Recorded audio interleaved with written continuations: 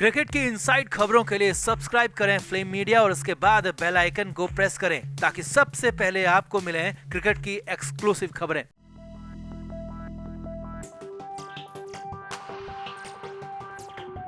Delhi Capitals को Mumbai Indians ने आसानी से हरा दिया और इस मैच में पांड्या ब्रदर्स ने पहले बल्लेबाजी में दम दिखाया तो बाद में स्पिनर्स ने कमाल की गेंदबाजी की। लेकिन ऐसा नहीं था कि दिल्ली मैच में कभी थी ही नहीं। अपनी बैटिंग के दौरान पहले 6 ओवर यानी पावर प्ले में दिल्ली की टीम मैच में मुंबई से आगे बनी हुई थी। दिल्ली के ओपनर्स शिखर धवन और पृथ्वी शॉ शानदार बैटिंग कर रहे थे, लेकिन जैसे ही 6 ओवर बाद स्ट्रेटेजिक टाइम आउट हुआ, मुंबई और दिल्ली दोनों की ही किस्मत बदल गई।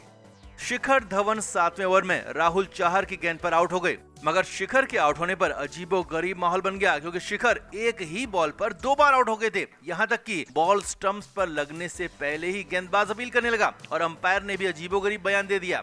तो मुंबई के लिए राहुल चाहर गेंदबाजी कर रहे थे और 7वें ओवर की तीसरी गेंद पर शिखर धवन चाहर के सामने थे। शिखर ने राहुल चाहर की गेंद को रिवर्स स्वीप करने की कोशिश की, लेकिन शिखर पूरी तरह से चूक गए और बॉल सीधे शिखर के पैड पर लगी।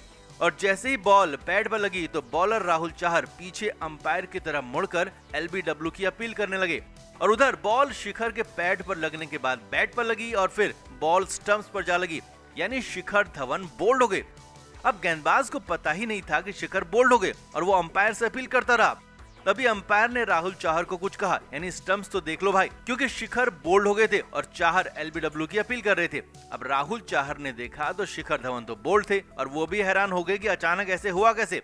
खुद कप्तान रोहित शर्मा भी हैरान थे, लेकिन शिखर तो आउट हो चुके थे। वैसे अगर शिखर बोल्ड नहीं होते तो भी वो एलबीडब्ल्यू आउट थे क्योंकि वो बिल्कुल स्टंप्स के सामने थे, यानी एक ही बॉल पर शिखर धवन 2 बार आउट हो जाते। अब आप इस पर कमेंट करके अपनी राय हमें जरूर दें।